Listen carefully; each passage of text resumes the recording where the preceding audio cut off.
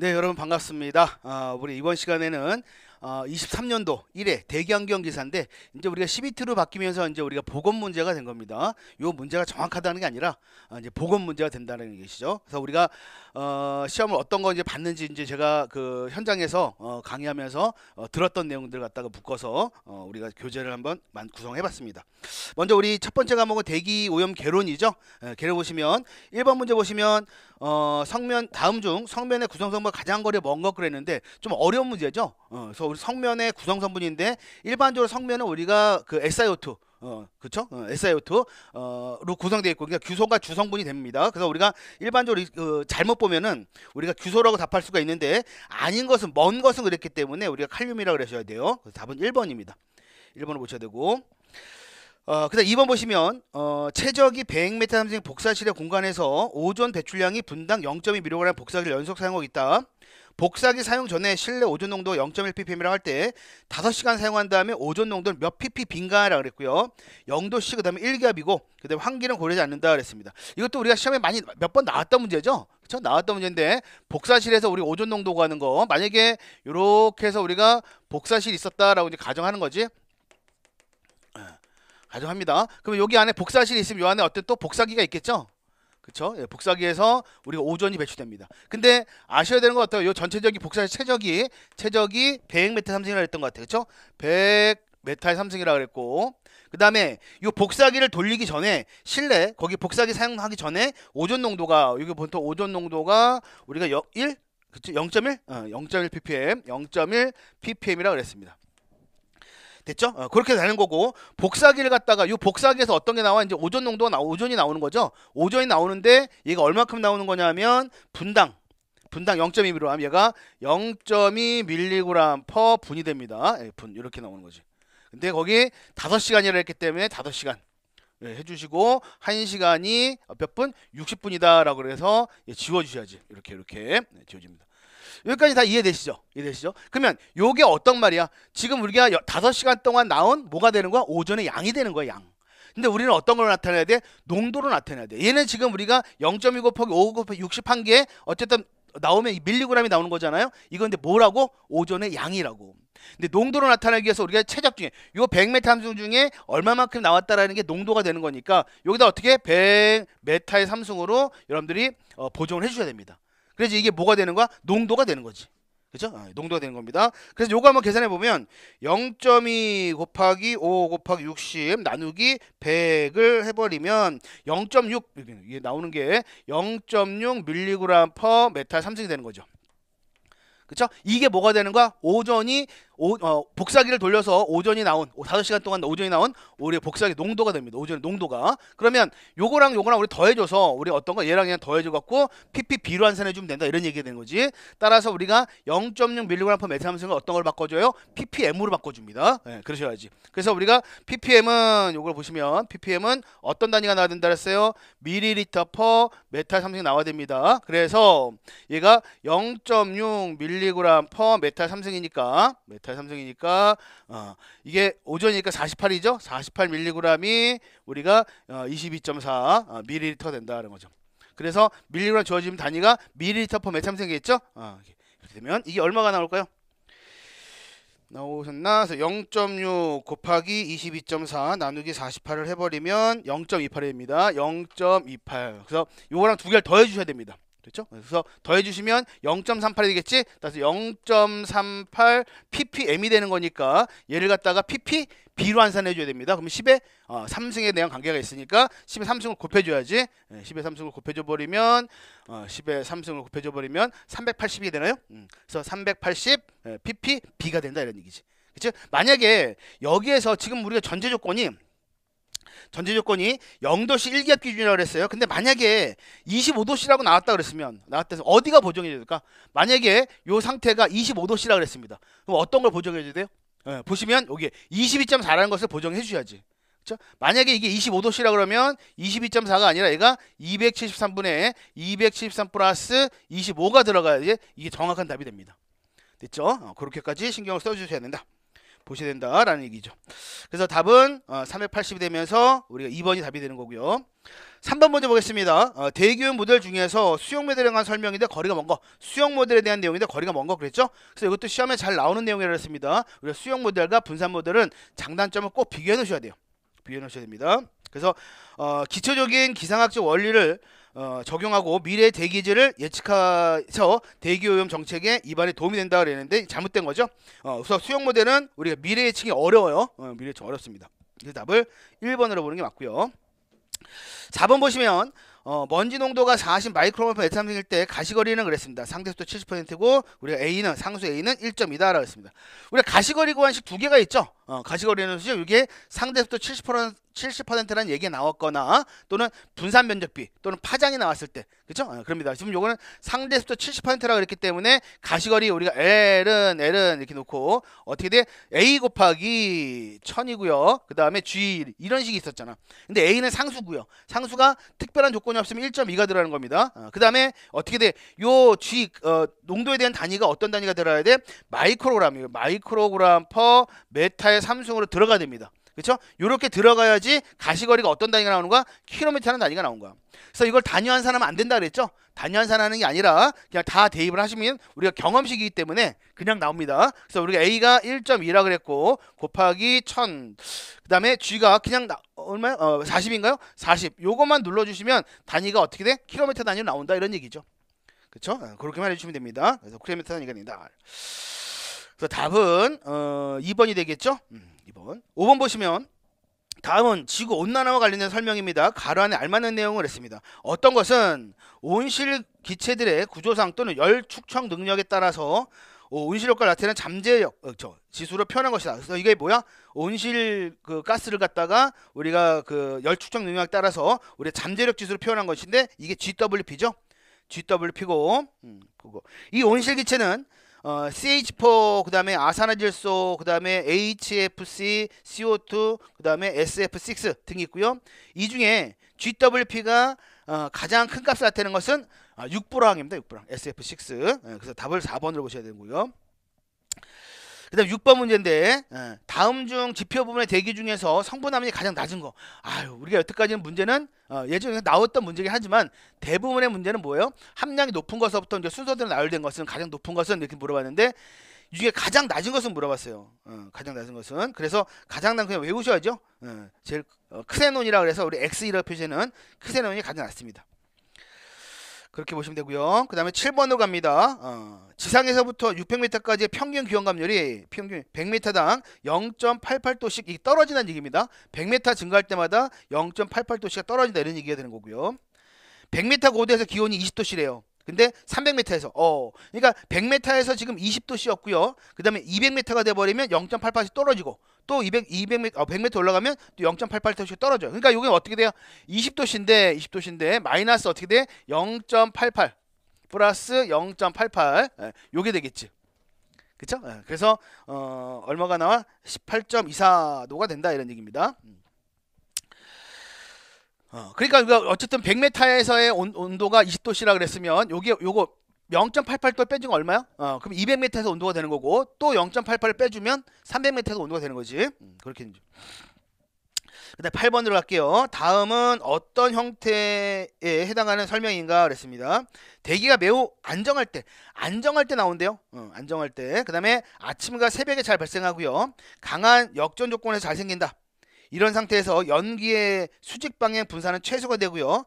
풍향의 수직 때는 수평방의 분산은 아주 작다 그랬습니다. 그래서 이거는 우리 대기 상태가 가장 안정했을 때 나타나는 역전 상태였을 때 나타나는 형태가 패닝입니다. 패닝. 부채형입니다.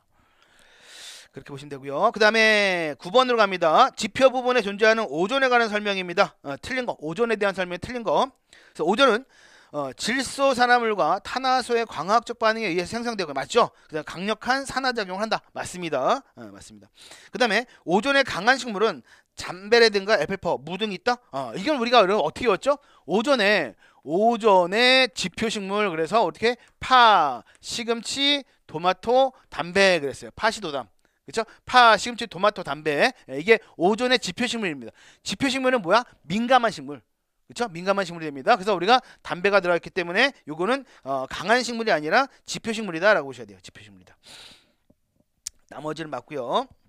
10번 보겠습니다. 해류풍에 관한 설명인데 옳지 않은 것 그랬네. 예, 해류풍. 그래서 육지와 바다는 서로 다른 열적 성질 때문에 주간에는 육지로부터 야간에는 바다로부터 그쵸. 열적 성질이 다른 거는 맞죠. 근데 우리가 낮에는 어떤 거? 육풍이 부는 거고요. 육풍이 부는 거고 밤에는 해풍이 불죠. 반대로 됐습니다. 죄송합니다. 낮에는 우리가 해풍이 부는 거고 바다에서 육지 쪽으로 부는 밤에는 육풍이 부는 거예요. 육지 쪽에서 바다로 나가는 이게 맞는 건가 그러면? 그쵸? 주간에는 육지로부터 부는 거니까 육풍은 반대로 됐습니다. 그쵸? 주간에는 낮에는 해풍 이렇게 보셔야지. 밤엔 육풍. 그래서 답을 1번이 된다. 보시면 됩니다. 그 다음에 11번 봅니다. 벤젠에 관한 설명인데 옳지 않은 것 그랬어요. 체내에 흡수된 벤젠은 지방이 풍부한 피하 조직과 골수에서 고농도로 축적되고요. 오래 잔존할 수 있습니다. 벤젠의 화학식 어떻게 돼? C가 6개, H가 6개 있는 게 벤젠이거든요. 그쵸? 그래서 얘는 지방이 축적되는 거 맞습니다. 그래서 고농도로 축적된다라고 했습니다. 골수나 피하 조직에. 그 다음에 체내에서 마뇨산으로 대사해서 소변으로 죄송합니다. 소변으로 이제 체내 배출되는 거 맞는데 어쨌든 뭐로 대사해요? 페놀로 대사합니다. 페놀로. 이거는 대사물은 페놀입니다.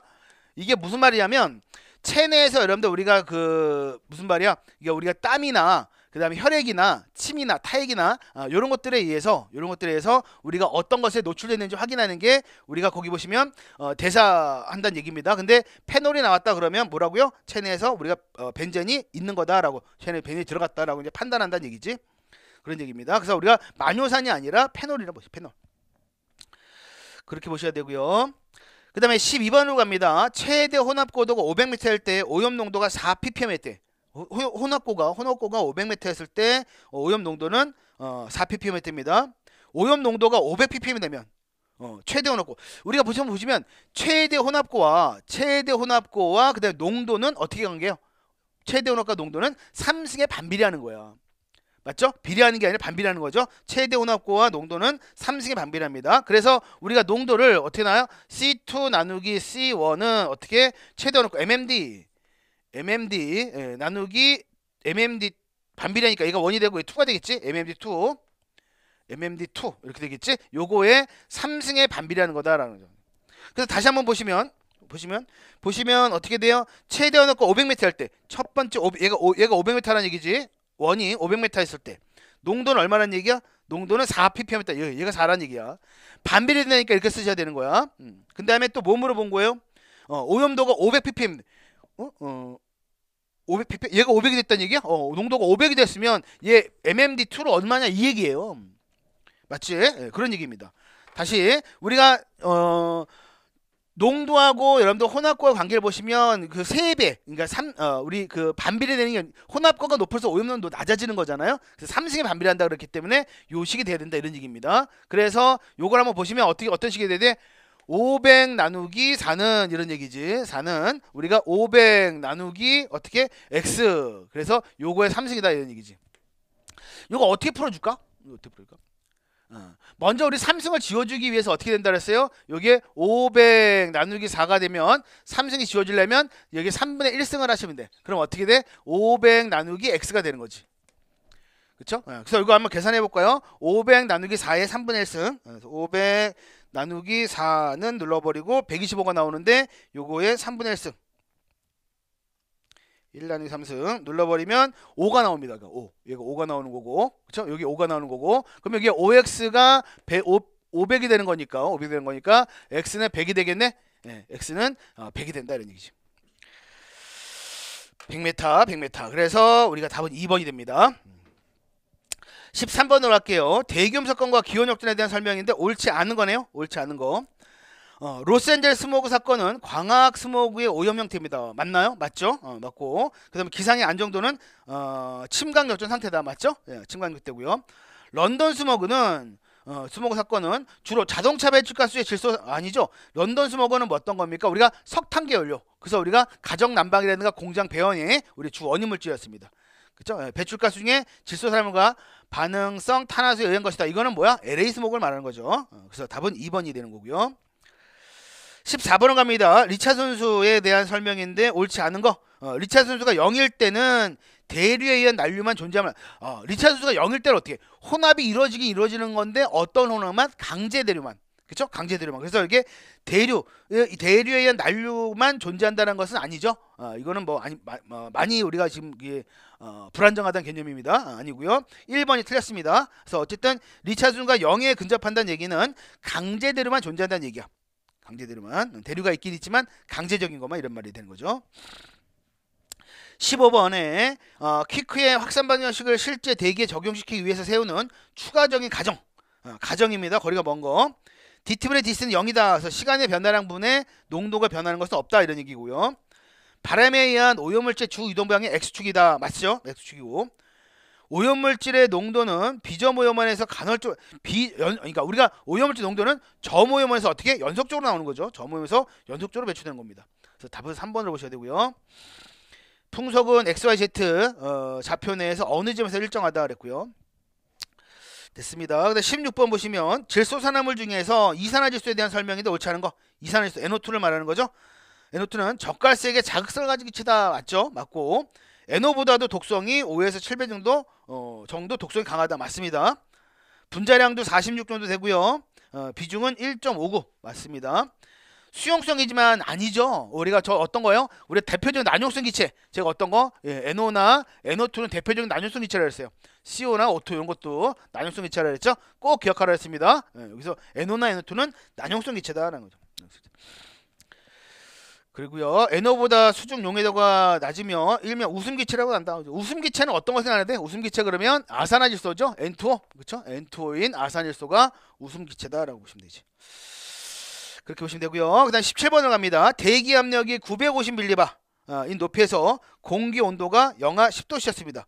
온위를 구하라. 온위를 구하라 그랬으면 근데 구하시면 되는 건데 친절하게 거기 식까지 주어졌습니다. 근데 이 온위를 구할 때 식이 안 주어질 때도 있습니다. 안 주어질 때도 있어요. 그래서 식대로 주어진 걸 대입하셔야 되는 거니까 어쨌든 온위 세타는 해갖고 T는 절대 온도가 들어간다는 얘기예요. 그래서 어떻게 273 마이너스 10이 된다 이런 얘기지. 10이 된다는 얘기고 그 다음에 기준 온도를 우리가 얼마로 보는 거야? 1000으로 보는 거지.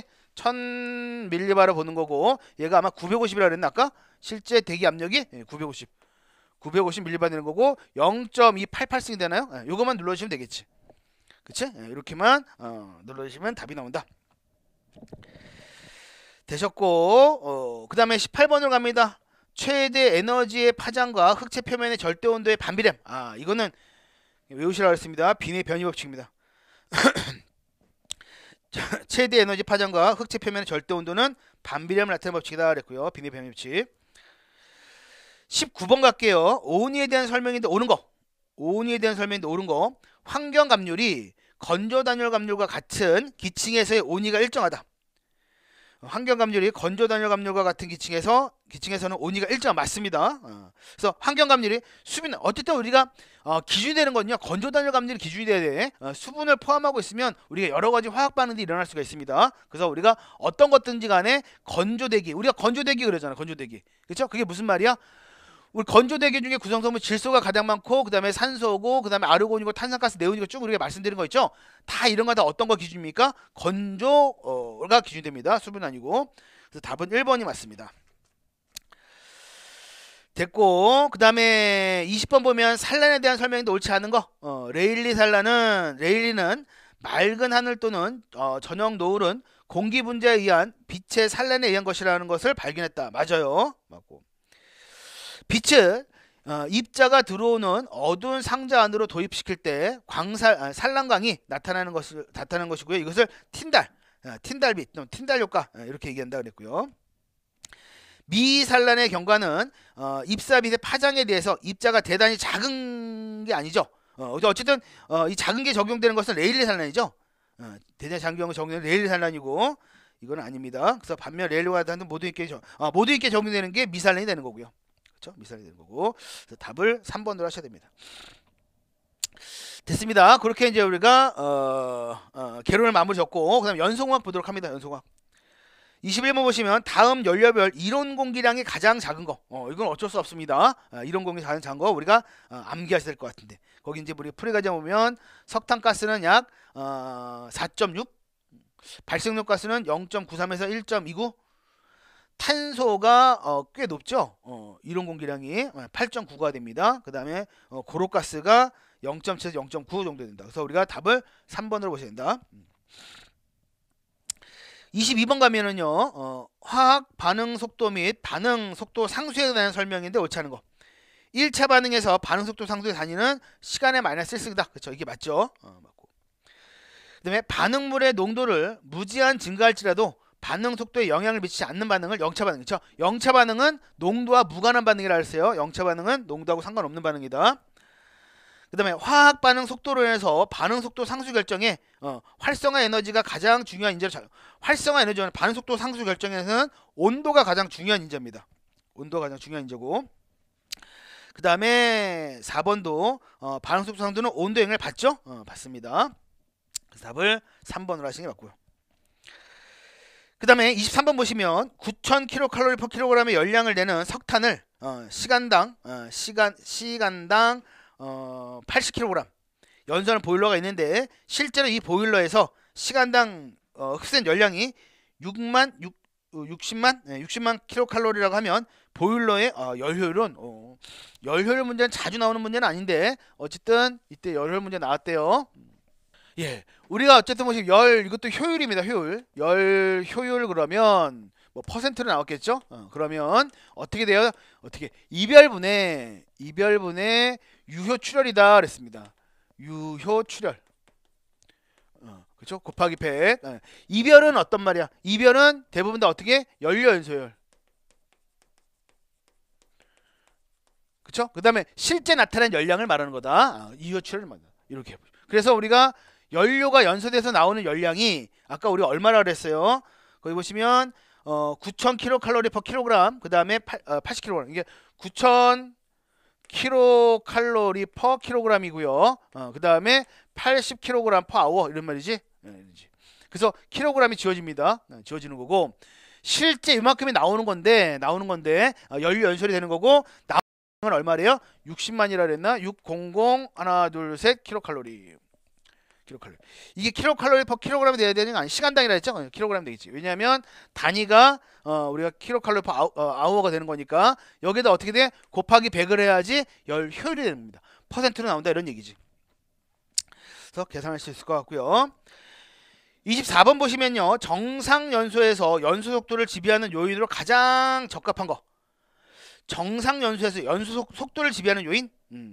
보시면 연료 중에 불순물 함유량, 연료 중에 고정탄소량, 공기 중에 산소 확산, 그쵸?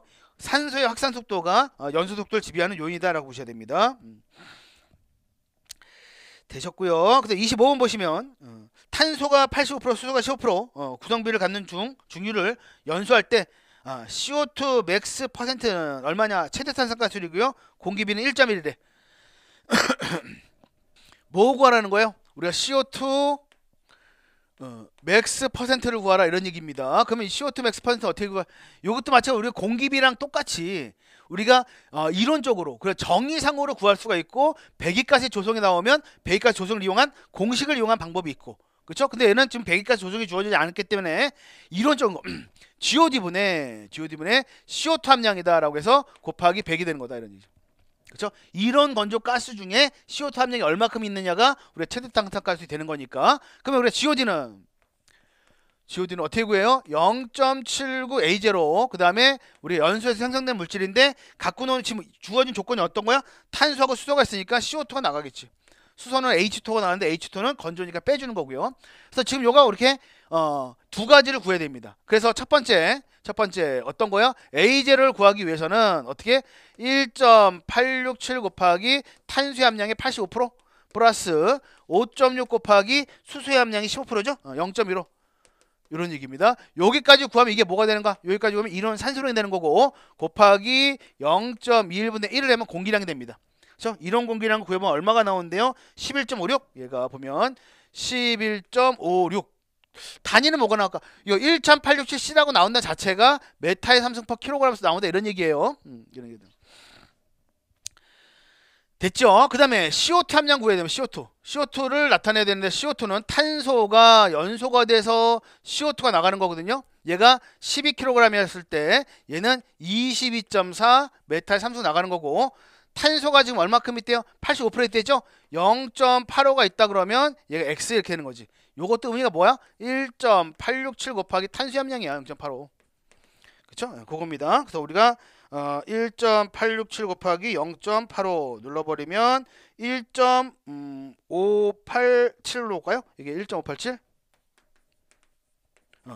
그래서 여기에 적용 한번 해보면 얼마가 나온대? 웨이저 뭐 가스량 구해야 되겠지? 요거 먼저 구해야 되겠네. 요거 여기서 0.79 곱하기 이론 공기량이 11.56이 되는 거고, 플러스 CO2가 1.587이 됩니다. 그래서 우리가 얘를 계산해 보면 0.79 곱하기 11.56 더하기 1.587을 눌러버리면 10.719, 얘가 10.719가 되는 거고, 요 CO2 값은 뭐가 들어가는 거야? 이거 들어가는 거 있죠? 1.587 1.587이 됩니다. 그죠? 곱하기 100 하면 단위가 나오겠죠. 보시면 1.587 곱하기 100 나누기 10.719 그러면 14.805 14.8 그래서 답은 14.8 3번이 되겠네요. 네, 그렇게 봅니다. 26번 보시면 다음 중 연료 연소할 때 공기비가 이론치보다 작을 때, 공기비가 이론치보다 작다 나타나는 현상, 적합한 거죠. 공기비가 M으로 표시됐는데 이론치가 1이라고 하면 이거보다 작다는 얘기 아니야. 그럼 이거 뭐가 되는 거야? 불완전 요소가 되는 거지. 그쵸? 불완전 요소가 되는 겁니다. 그래서 불완전 요소가 나타나는 현상으로 가장 적합한 것은 이런 문제가 되는 거예요. 그래서 완전 연소로 연소실 내 열 손실이 작아진다 아니고요. 배출가스 중 일산탄소, 그치 맞죠? CO가 우리가 완전 연소인지 불완전 판단하는 게 일산탄소잖아. 배기가스 일산탄소가 나온다 그러면 불완전 연소다 이런 얘기가 되는 거죠. 답은 2번이고요. 27번 보겠습니다. 탄소가 84, 수소가 13, 황이 2, 질소가 1. 그쵸? 가진 중유 1kg당 15메타함수의 공기로 완전 연소할 경우에 습 배출가스 SO2 농도는 ppm으로 나타나. 보시면 어떤 거 물어봤어요? 습 배출가스 중에 SO2 농도를 물어봤는데 어떤 단위로? ppm 단위로 물어봤던 것 같아요. 그러면 이게 뭐야? 습 배출가스가 GW분의 SO2를 구하는 겁니다. 근데 ppm으로 물어봤기 때문에 10의 몇 승? 10의 6승이 된다 이런 얘기지. 그래서 어쨌든 이제 두 가지만 구하시면 되는 거야. 근데 이 두 가지를 구하기 위해서 여러분들 우리가 GW는 어떻게 나타내요? GW는 GOW에다가 과잉공기량 어떤 게 n-1의 A조를 구하셔야 됩니다. 그쵸? 그래서 여기도 마찬가지로 GOW를 구하기 위해서는 0.79 A0 플러스 연소에서 생성되는 물질을 보셔야 돼. 연소에서 생성되는 물질 먼저 우리가 어떤 거? 탄소가 있으니까 우리가 CO2가 나가겠죠?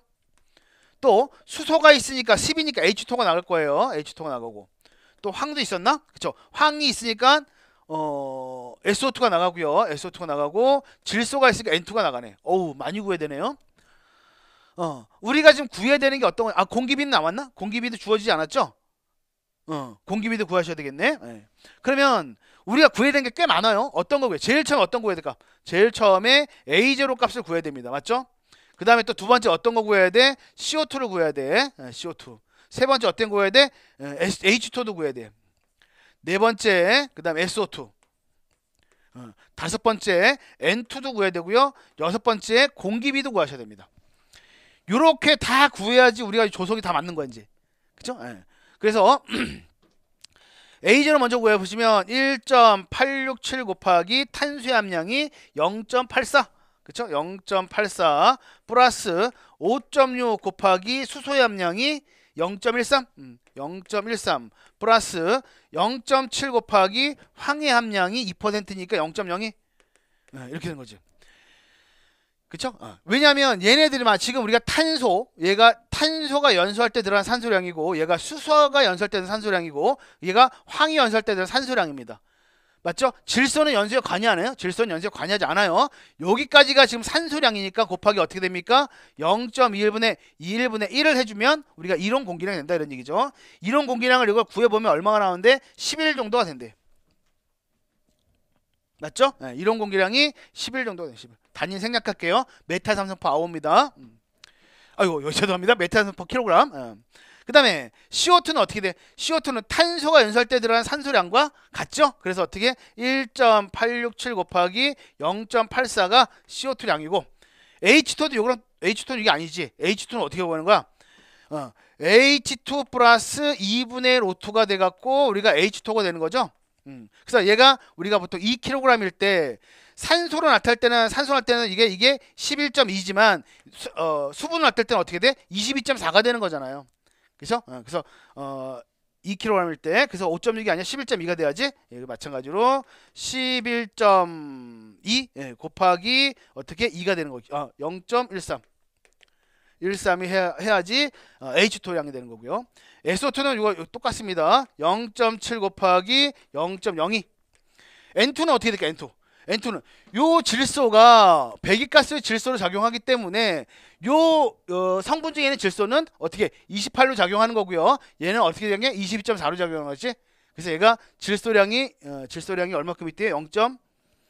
질소량이 1%라고 그랬으니까 얘가 0.01일 때 얘가 X 되는 거지. 그래서 질소는 계산해보면 알겠지만 어떻게 22.4 나기 28하면 0.8 정도 나올 거예요. 0.8 곱하기 0.01 하는 게 뭐가 된다? N2 질소량이 된다. 이게 계산하시면 되겠죠. 그 다음에 공기비가 문제네. 예, 공기비는 어떤 거가 주어져야 돼? 아까 우리 최대산소가스를 구한 것처럼 이론적으로 구할 수가 있고 또 어떤 거 배기가스 조성이 주어지면 공식을 이용해서 공기비를 구할 수가 있는데 지금 배기가스 조성이 주어지지 않았죠? 뭐가 나왔어요? 두 번째 줄에 보시면 중유 1kg당 15메탄생이 공기로 완전 연소한다 그랬죠? 15메탄생이 뭐야? 15메탄생이 실제 우리가 들어가는 공기량. 그쵸? 그래서 우리는 이론 공기 나누줍니다. 공기비는 요게 뭐였어요? 실제 들어가는 공기량과 이론 공기량 비로 나타날 수 있는 거니까 실제 들어가는 공기량 15고 이론 공기는 아까 요거 구하셔야지. 이거 11이라 했지? 요거 11. 요거죠. 요거 해갖고 공기비를 구하는 겁니다. 되셨나요? 그래서 먼저 이렇게 해놓고 우리가 공기비가 그럼 얼마가 나오냐면 공기비가 1.364 얘가 1.364가 나온대. 그럼 먼저 이제 다 구해놓고 어떻게 해야 돼? 요거 GOW 먼저 구하셔야지. GOW. 그래서 어떻게 0.79 곱하기 요거 11 그렇죠? 플러스 1.867 곱하기 0.84 H2는 11.2 곱하기 0.13 맞죠? SO2는 0.7 곱하기 0.02 N2는 0.8 곱하기 0.01을 대입해서 나온 값이 얼마가 나와야 되는 거야? GOW 값을 보시면 17.736 이렇게 되네. 비슷하게 이게 17.736 요 정도가 된답니다. 그럼 요걸 이용해서 또 어떤 거 구해야 돼? 요것도 구하셔야 돼. 이게 17.736 플러스 17.73 맞나? 플러스 공기비가 어떻게 1.364 1.364 마이너스 1에다가 이게 11 요거 한 거. 이게 GW 값이 되는 거죠. 그 다음에 여기 SO2는 뭐가 들어가는 거야? 요게 들어가는 거죠. 요게 SO2가 들어갔고 10에 육승을 해주면 우리 원하는 답이 나옵니다. 됐죠? 한 문제지만 이렇게 많은 과정을 거쳐야지 푸실 수가 있는 문제가 나왔네요. 네, 그렇게 보시면 될 것 같고 그 다음에 28번으로 갑니다. 28번. 부탄 2kg을 표준 상태에서 완전 연소시키는 데 필요한 이론 산소량을 그랬어요. 이제 이론 산소량. 네, 어쨌든 이거 이제 부탄이라 그랬으니까 부탄은 어떻게 생겼어요? C가 4개, H가 10개입니다.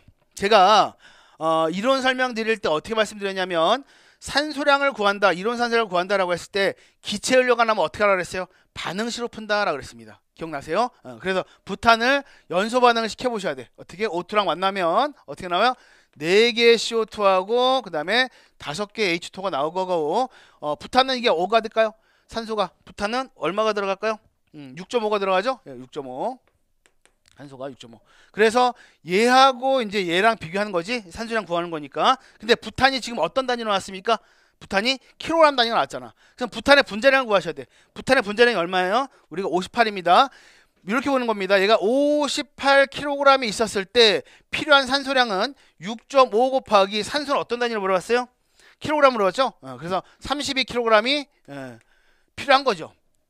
맞죠? 그러니까 지금 무슨 말, 완전 요소가, 부탄이 완전 요소가 되기 위해서는 58kg 있었을 때 산소가 6.5 곱하기 32kg이 필요한 거예요.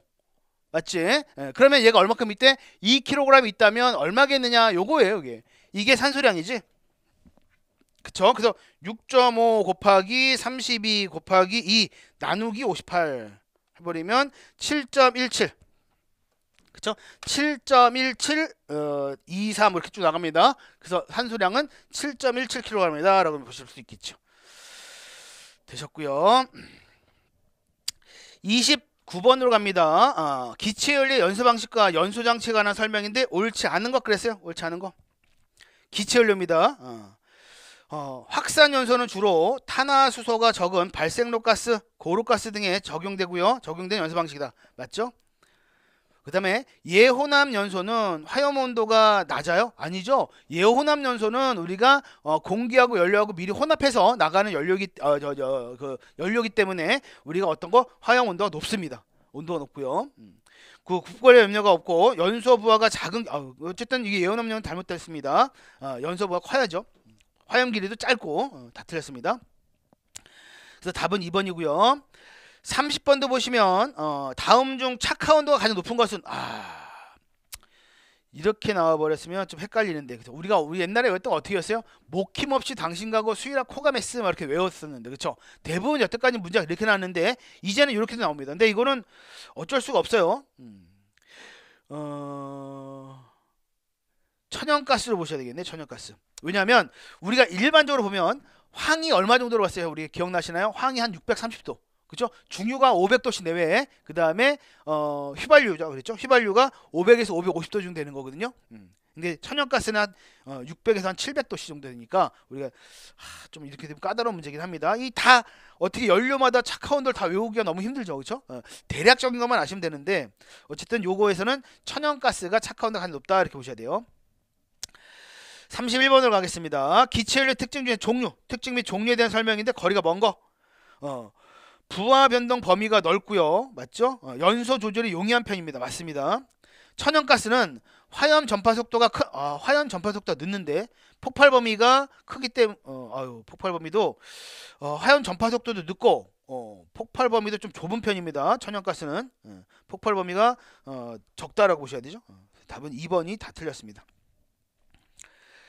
32번 갑니다. 다음은 가동 화격자의 종류에 관한 설명인데 가로 안에 알맞는 것은 그랬어요. 이거는 병렬 요동식 화격자입니다. 그냥 한번 읽어보시고 요게 요거구나 라고 이제 보셔야 될 것 같고요. 33번 기체연료의 특징과 거리가 먼 것 그랬습니다. 기체연료는 저장이 용이한 건 뭐예요? 고체연료입니다. 시설비가 많이 들죠. 기체연료는. 점화 및 소화가 간단하고 부하의 변동 범위가 넓고요. 연소 조절은 상당히 용이합니다. 됐고 34번 보시면 기체연료와 공기를 혼합해서 연소할 경우에 다음 중 연소 속도가 이거는 뭐 나올 수 있다 그랬죠? 연소 속도가 가장 큰 건 수소입니다. 연소 속도가 가장 큰 수소. 그 다음에 35번 다음 조건에 해당되는 액체연료와 가장 가까운 거. 그래요? B점이 나와 있고요. 비중이 나왔습니다. 그 다음에 정제한 것은 무색에 가깝고 착화성 적분은 세탄 값은 세탄 그럼 뭐가 나요? 제가 기억나시나요, 여러분들? 옥탄 그러면 옥탄의 주성분은 뭐라 그랬어요? 가솔린에 이게 가솔린이지? 예, 가솔린이고. 그쵸? 가솔린이고. 그다음에 세탄이 주성분인 것은 우리가 경유죠, 경유입니다. 예, 그래서 아마 답은 경유가 되겠지.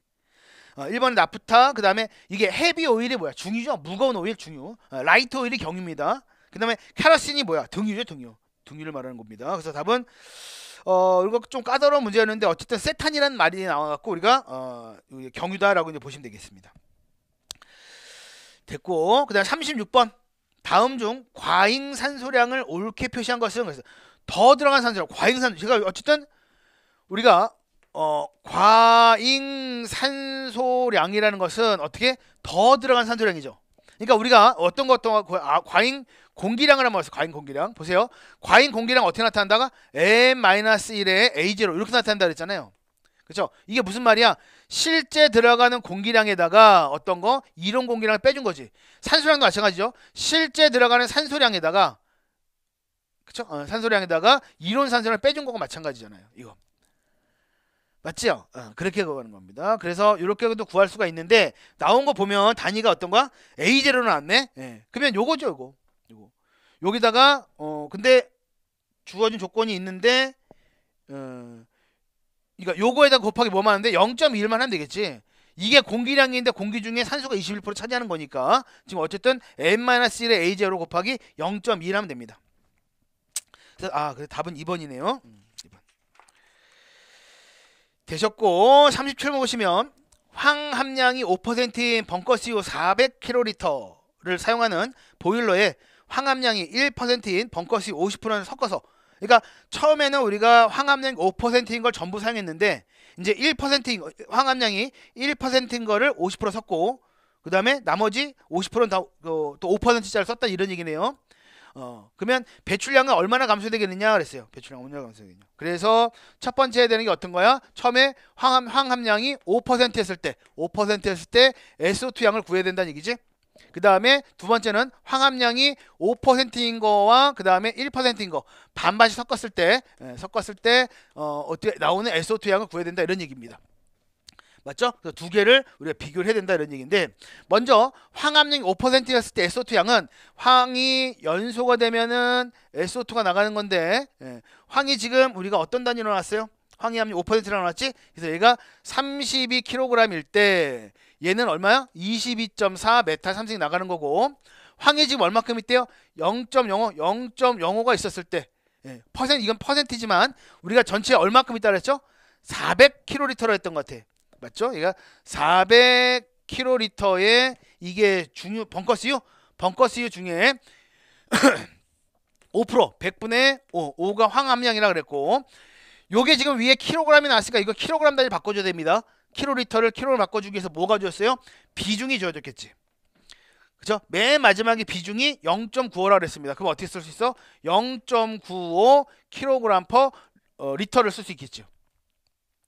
맞죠? 비중이 0.95라 그랬으니까. 그러면 킬로리터로 환산하려면 우리가 1000 리터가 1킬로리터가 되는 겁니다. 이렇게 되는 거지. 요것도 X입니다. 요것도 X.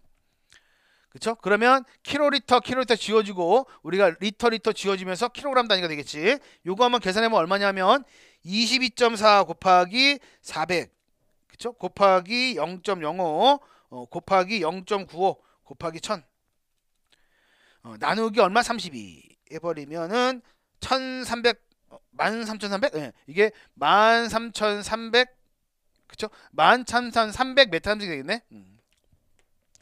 이렇게 되는 거고요. 되는 거고. 그 다음에 황함량이 5%인 거 50%, 그 다음에 1%인 거 50% 섞어 보겠습니다. 그러면 똑같죠? 이게 황이 연소가 되면은 SO2가 나가는데 요게 32kg일 때 얘는 22.4고요. 4가 되는 거고.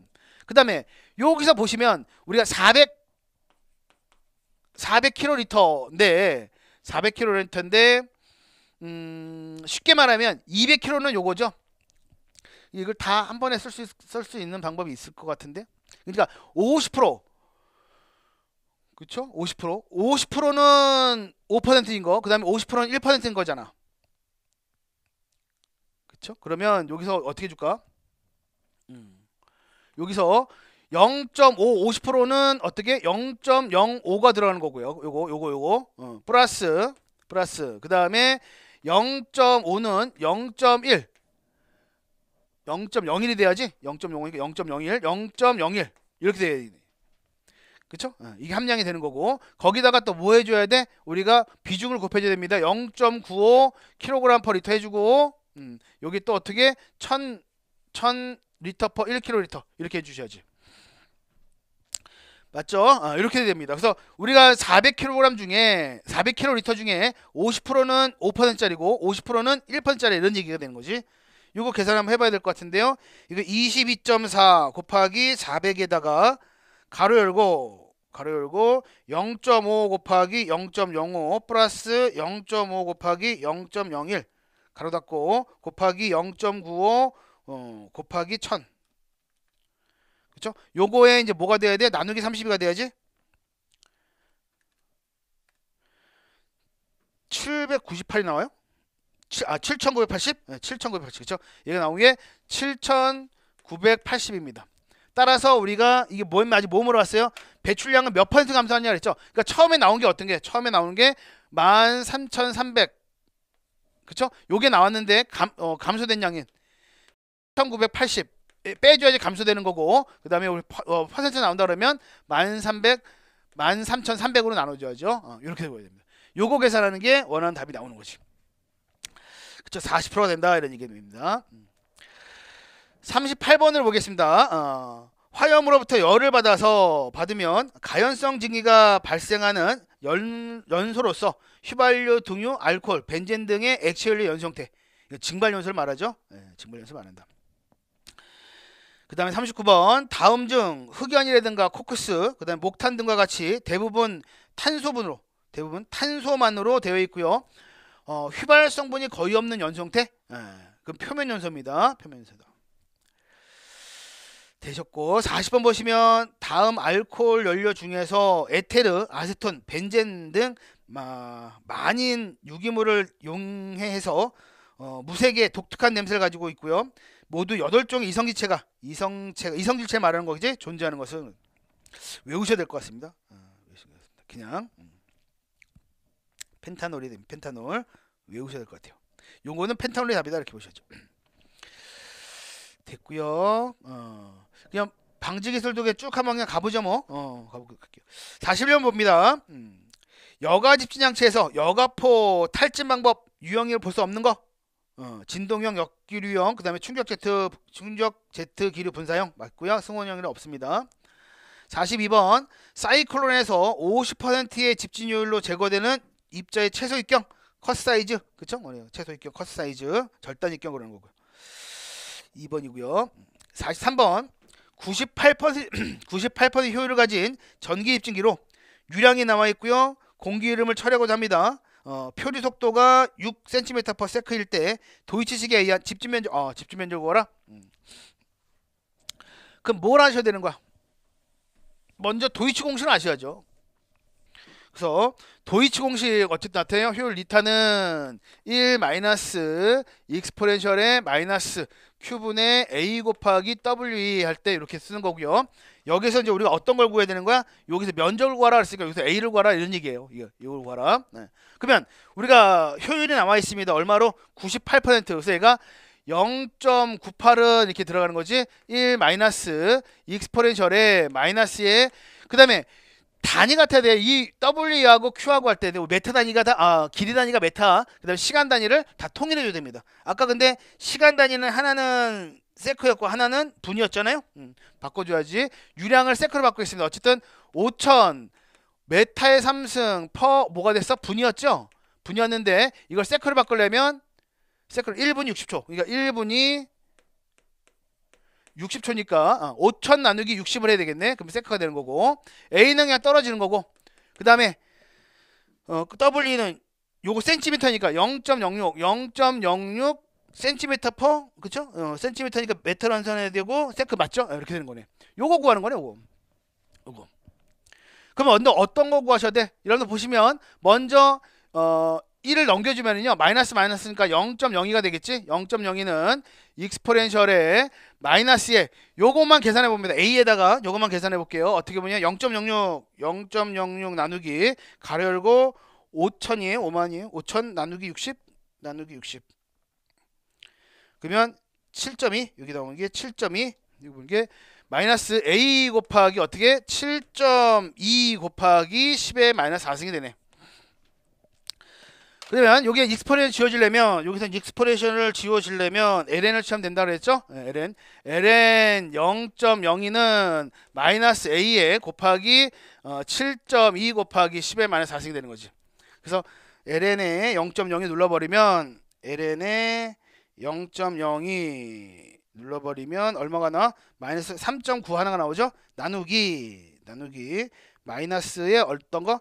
7.2 곱하기 10의 마이너스 4승 이렇게 해버리면 많이 이상하게 나오나? 제가 좀 잘못했나? LN에 맞죠? 다시 눌러볼게요. 어쨌든 요거 0.06 나누기 5000 나누기 60을 다시 한번 해볼게요. 0.06 나누기 5000 나누기 60. 이게 잘못됐네. 아까 7.2가 아니라 6 곱하기 10의 4승이 돼야 되는데 맞나요?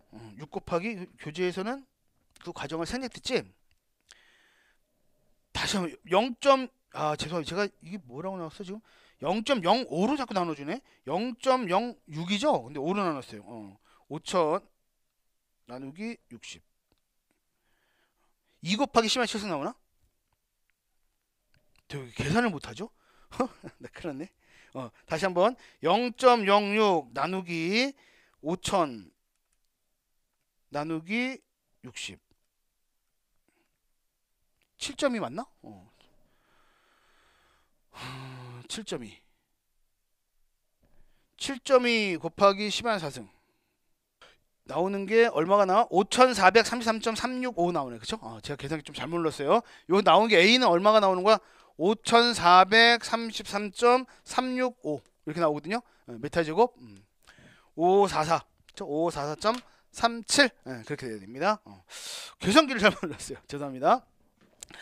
어쨌든 그 다음에 44번을 갑니다. 황함량이 2.5% 중유를 시간당 30톤 연소하는 보일러에서 배기가스를 NaOH 수용액으로 처리한 다음에 황 성분을 전량 Na2SO3로 해소할 경우에 이때 필요한 NaOH 양을 그랬습니다. 근데 이 과정을 제가 뭐라 그랬냐면 문제상에서 우리 황의 함량이 나왔다 그러면 S를 잡으라 그랬죠. 그 다음에 중간 과정 필요 없어요. 맨 마지막에 어떤 걸 물어보느냐 이거 그런 거죠. NaOH를 물어봅니다. 그러면 여기서 몇 대 몇 반응을 하는 거냐라고 아셔야 되는데 황이 몇 가예요? 우리가 2가로 보는 거고요. 그다음 NaOH는 1가이기 때문에 얘가 1대 2 반응이 됩니다. 됐죠? 그래서 얘가 황이 32kg 있다 그러면 NaOH는 어떤 단위로 물어봤냐면 kg 단위로 물어봤죠? 보기 1번, 2번, 3번, 4번 보면 그럼 이게 40kg 되는 겁니다. 40kg 되는 거고 그 다음에 전체 우리가 중유가 30톤 이게 중에 30톤이니까 31, 30 하나, 둘, 셋 kg이죠? 이게 중유고 킬로그램 퍼 아워가 되는 거고 중유고 그 중에 중유 중에 황함량이 얼마래요? 황함량 2.5%죠? 100분의 2.5. 또 다른 조건들이 있나요? 다른 조건들은 없어요. 그쵸? 그쵸? 요것도 X입니다. 요것도 X 구하면 우리가 원하는 답이 나오겠죠.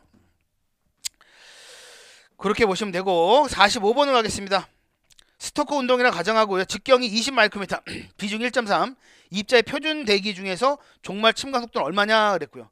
종말 침강 속도 물어봤습니다. 그 다음에 표준 공기의 점도와 밀도는 각각 이렇게 나왔고요. 그러면 우리가 뭐 물어봤다? 종말 침강 속도를 물어봤다. 그럼 종말 침강 속도 구하는 시기 아셔야지. 그렇죠? 우리가 VG는 해갖고 18뮤분의 dp의 제곱 그 다음에 로피 마이너스 로에다가 중력 지부식 값입니다. 그래서 우리가 물어보는 단위가 어떤 단위를 물어봤냐면 메타 퍼 세크를 물어봤어요. 그러면 어떤 거? 우리 MKS 단위로 그러면 되겠죠? 길이 단위를 다 메타 단위로 환산해야 되고 시간 단위를 세크 단위로 환산해 줄 겁니다. 됐죠? 그러면 여기다가 해보죠. 직경이 얼마큼 나왔어요? 직경 20 마이크로미터. 그러면 20 곱하기 10의 마이너스 6승을 해야지만이 메타 단위가 되는 거지.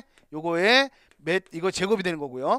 곱하기 입자의 밀도가 비중이 1.3이라고 했기 때문에 얘가 어떻게 1300 kg per 메타함생 됩니다. 그 다음에 공기밀도 1.3이고 그러니까 이것도 1300 kg per 메타함생 1.3 1300 마이너스 1.3 이렇게 하죠. 1.3 그 다음에 곱하기 9.8 그쵸? 됐고 그 다음에 18 곱하기 점도가 어떤 단위가 나왔어요? 점도가 킬로그램 퍼 메타 그냥 나왔죠? 그냥 그대로 대입하면 되겠네. 3.44 곱하기 10의 5승 곱하기 3.44 곱하기 10의 5승이 됩니다. 요게 답이죠. 요거만 계산해 주시면 원하는 답이 됩니다. 이거 또 계산기 잘못 늘려나? 한번 해보죠. 뭐 20 곱하기 10의 마이너스 6승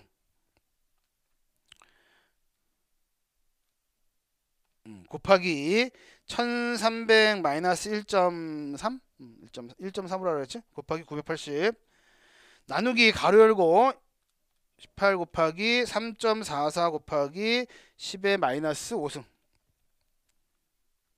는 하면 0.822 그쵸? 0.822 이렇게 됩니다. 그래서 0.822 곱하기 10 마이너스 2승 그래서 답은 4번이 되는 거죠. 됐죠? 그렇게 보시도록 하시고 그 다음에 46번도 보시면 침강실의 길이가 5m인 중력집 장치를 사용해서 침강할 수 있는 먼지 최소입경이 침강실의 길이와 그 다음에 어떤 거 나타냈어요? 먼지 최소 제거 입경 최소입경이 나타냈습니다. 이 길이를 2.5배로 변경할 경우에 침강실 집중 가능한 먼지 최소 입경은 그리고 단 배출가스 효율은 측류이고요. 길이 외에 모든 설비 동일하다. 그러니까 지금 어떤 걸 나타내야 돼? 침강실의 길이와 길이와 어떤 거? 요거하고 DP하고 관계를 찾아라 이런 얘기거든요. DP 요 관계를 찾아야 된다 이런 얘기죠. 관계를. 그럼 어떤 거가 나올까? 우리 침강실의 길이와 DP. 지금 보시면 중력 집착 효율은 어떻게 VG 나누기 V 곱하기 L 나누기 H 이렇게 되나? 여기서 L 요거거든요. 그쵸? 효율이 같다라고 보면 여기서 보면 나머지는 다 동일하다고 보시면요. 어떻게 돼? VG하고 여기로 가면 이게 L이 넘어가면 이렇게 되겠지. 그쵸? 근데 VG는 어떻게? 이렇게 구하는 건 요게 되는 거지. 그러니까 우리가 결론은 뭐야? DP의 제곱하고 어떻게? L분의 1하고 이렇게 비례되는 거예요. 맞아요? 그러면 우리가 이렇게 비례됩니다. 그래서 우리가 보시면 침강실이 5였을 때 길이가 5였을 때 최소 입경이 140입니다. 그러니까 이게 140의 제곱 대 5분의 1은 이런 말이야. 그러면 2.5배로 증가했어요. 어떤 거를? 길이를? 그러면 x의 제곱 대 5 곱하기 2.5 이렇게 되는 거죠. 그렇죠? 그래서 우리가 어떻게 5분의 1의 x의 제곱은 그 다음에 1 나누기 5 곱하기 2.5 곱하기 140의 제곱 이렇게 되겠지. 그렇죠? 그렇게 봅니다. 그래서 우리가 1 나누기 5 곱하기 2.5는 눌러버리면 0.08이 되고 곱하기 140의 제곱 해버리면 1568 근데 곱하기 5 해버리면 7840 요거에 2분의 x 제곱을 지어면 2분의 x 하면 되죠. 요거에 0.5승 88.543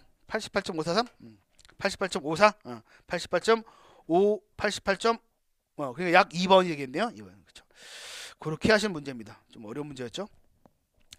47번 갑니다. 47번 보시면 알루미나 담채 탄산나트륨을 3.5에서 3.8 정도 첨가해서 제조된 흡착제를 사용해서 SO2와 질소산화물 SO2와 동시에 처리하는 거. 그러니까 황산화물하고 질소산화물 동시에 처리하는 공정을 말하는 겁니다. 녹소 공정이죠. 4번. 48번 총 집중률 93%를 얻기 위해서 40% 효율을 가진 1차 처리를 설치하고요. 2차 처리 효율은 그랬습니다. 이거 어떻게 외워야 돼? 이거는 또 니타-T는 니타1 플러스 니타2에다가 1 마이너스 니타1이다 그래야지. 그쵸? 전체적으로 이게 뭐라고? 전체 토탈률이 93%? 0.93은 첫 번째 율이 0.4? 40% 0.4 플러스 니타2에다가 1 마이너스 0.4 이렇게 되는 거지. 그쵸? 이게 0.6이 되는 거고 넘어가면 얼마까? 0.4 넘으면 0.53은 이런 얘기요. 0.53은 0.6 니타2 그래서 우리 니타2는 0.53을 어떤 거? 0.6으로 나눠준 거 0.53을 0.6으로 나눠준 거를 말하는 거죠. 그래서 우리가 88.33% 그 다음 49번 충전탄 내 상부에서 흐르는 액체는 충전재 전체를 적시면서 고르게 분포하는 것이 가장 좋습니다. 근데 균일한 액의 분포를 위해서 가장 이상적인 편류현상을 방지하기 위한 거죠. 그래서 우리가 D 나누기 D 그러니까 충전탄 지름 나누기 충전재 지름의 비가 8에서 10 정도가 가장 좋다고 했습니다. 8에서 10. 그 다음에 50번 원심력 집장에 사용되는 용어에 관한 설명인데 틀린 거 임계 입경은 100% 분리 한계 입경이라고 하고요. 분리계수가 클수록 집진율이 증가합니다. 증가합니다. 그 다음에 분리계수는 입자에 작용하는 원심력과 입자에 작용하는 원심력을 어떤 거 나눠준가? 중력으로 나눠준 거죠. 중력으로 나눠준 걸 말한다. 51번 관성입자 집진율 거리가 먼 거 보시면 적당한 더스박스 필요하죠. 기류의 방향력수가 많을수록 완력 손실은 커지고요. 집진율 높아집니다. 보통 출구 직전에 처리가스 속도가 크고 처리 후 출구가스 속도가 작을수록 집진율이 높아집니다. 맞죠? 함진가스의 충돌 또는 기류 방향 전환 직전에 가스 속도가 커야죠.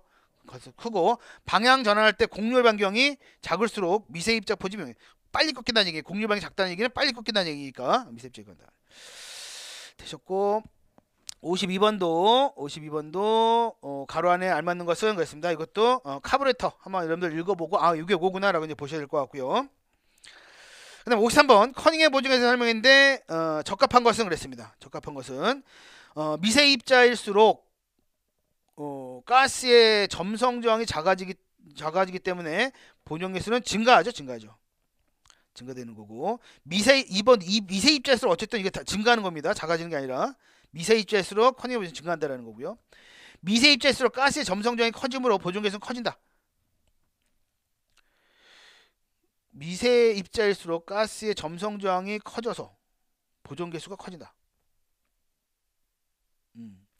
미세 입자일수록 가스의 점성 저항이 작아져서 보존 개수가 이게 맞죠? 커지는 게 점성 저항이 작아지기 때문에 보존 개수 4번이 맞습니다. 됐고 54번 활성탄 흡착 가스 흡착에서 흡착이 진행될 때 활성탄의 온도 우리가 흡착이 잘 되기 위해서는 온도는 낮아야죠. 온도가 흡착이 진행될 때 활성탄 온도는 증가합니다. 이게 전체적으로 활성탄을 말하는 게 아니라 전체적인 온도가 낮을 때 우리가 반대의 발생이 커져서 흡착이 잘 이룬다는 개념인데 지금 여기서는 활성탄의 가스 흡착에서 흡착이 진행될 때 활성탄의 온도를 했죠. 온도는 높아지죠. 온도는 높아집니다. 그 다음에 55번 냄새 물질의 화학 구조에 설명인데 가장 거리가 먼 거 4번입니다. 분자 내 수산기의 수가 증가하면 냄새가 무채 가까워진다 이런 얘기죠. 무채 가까워진다. 그 다음에 56번 보시면 집진율이 98% 배출 먼지 농도가 0.3이면 유입 먼지도 유입 CI를 말하는 거지. 그러니까 우리가 알던 건 어떤가? Cout은 CI 곱하기 1-니타거든요. 그렇죠? CI는 Cout 나누기 1-니타. 그래서 처음에 우리가 유입 농도가 얼마래요? 0.3. 나간 농도 0.3. 그 다음에 효율이 얼마래요? 98%. 1-0.98. 요거 해주시면 들어가는 농도가 된다 이런 얘기죠. 되셨고 57번 유체 점성에 대한 설명인데 옳지 않은 거. 점성에 대한 설명이 옳지 않은 거. 점성은 유체 분자 상호 간에 작용하는 분자 응집력과 인접 유체층 간의 분자 운동에 의해서 생기는 운동량 수준에 기인한다. 맞고요. 액체의 점성 계수는 주로 분자 응집력에 의하므로 온도의 상승에 따라 낮아진다. 액체는 그쵸 맞고. 그다음에 하젠의 점성 이게 뉴턴의 점성 법칙이에요. 하젠 점성 법칙은 점성의 결과로 생기는 전달 능력 뉴턴입니다. 뉴턴. 답은 3번으로 보셔야 되고요. 58번 이세 입자가 운동하는 경우에 작용하는 항력에 관련된 내용으로 거리가 먼 거. 레이놀드 수가 커질수록 항력 계수는 작아진다. 답은 1번으로 보셔야 되고요. 그 다음에 59번 보시면 압력 손실 이 정도고요. 가스양 변동에도 비교적 적응성이 있고요. 흡수액에 고용분이 함유되어 있는 경우에 흡수에 의해서 침전물이 생기는 등 방해를 받는 세균같이 충전탑 말하죠. 충전탑. 그 다음 60번 A 공장의 연마실에서 발생하는 배출가스의 먼지 제거에 사이클론이 사용되고 있습니다. 유입폭 40cm, 유회전수 5, 입구 유입 속도가 10. 그 다음에 10마이크로미터 먼지 입자 부분 집진율은 몇 %냐? 먼지의 밀도 나와 있고요. 가스 점도 나왔습니다. 뭐 물어본가? 집진율을 물어본 건데 집진율. 그래서 우리가 원심력 집장체 집진율을 구하는 식 기억나셔야 되는데 원심력 집지한에서 효율 구하식은 이렇게 보셔야죠. 9뮤 BC분의 dp의 제곱에 로피 마이너스 로에다가 파이 v n이 이게 다 들어가야 됩니다. 이 효율 구하는 식이야. 먼저 9 곱하기 점도가 가스 점도가 1.7. 이것도 이게 보시면 1.75 곱하기 10의 4승 9g per cm 새끼죠. 이걸 킬로그램 메타세클로 바꿔줘야 돼. 그러면 10의 마이너스 1승 차이니까 1.75 곱하기 10의 마이너스 5승. 그렇죠? 5승이 되는 거고 이게 킬로그램 퍼 메타세클로 환산한 거예요. 그 다음에 입구폭 BC는 아까 얼마 나왔어요? 40cm니까 0.4. 그쵸? 그 다음에 입자의 직경이 10 마이크로미터라 했어요. 10 곱하기 10의 마이너스 6승. 그 메타로 환산된 거지. 요거의 제곱. 입자의 밀도는 1.6 g per 세제곱센티미터죠. 그래서 이게 1600. 왜 킬로그램 퍼 메타 함수 환산하면 그 다음에 가스의 밀도는 고려하지 않는다 그랬고요. 고려하지 않는다 그랬고 파이는 파이가 되는 거고 유속 V는 입구 유속이 10m/s 10 곱하기 n이 회전수는 몇 번? 5회 이거죠. 요거 계산하라는 얘기입니다. 요거 계산하면 얼마가 나온다? 이게 0.3987 이게 나오면 0.3987이 나와서 곱하기 100을 해버리면 퍼센트가 나오겠지? 39.87% 이렇게 됩니다. 됐죠? 오케이. 네, 이렇게까지 해서 우리가 2023년 1회 우리 대기환경에서 풀어봤고요. 이제 우리 공정시험 기준이나 이런 법규 같은 경우는 이제 여러분들이 한번 풀어보시는 거 방향으로 하겠습니다. 알겠죠? 제가 이제 풀어드리는 게 우리가 개론하고 연송하고 방지기술에 해당되는 내용만 아마 핸들링 해드릴 것 같아요. 네, 이번 시간에서 마무리하고 다음 시간에 다시 뵙도록 하겠습니다. 예, 수고하셨습니다.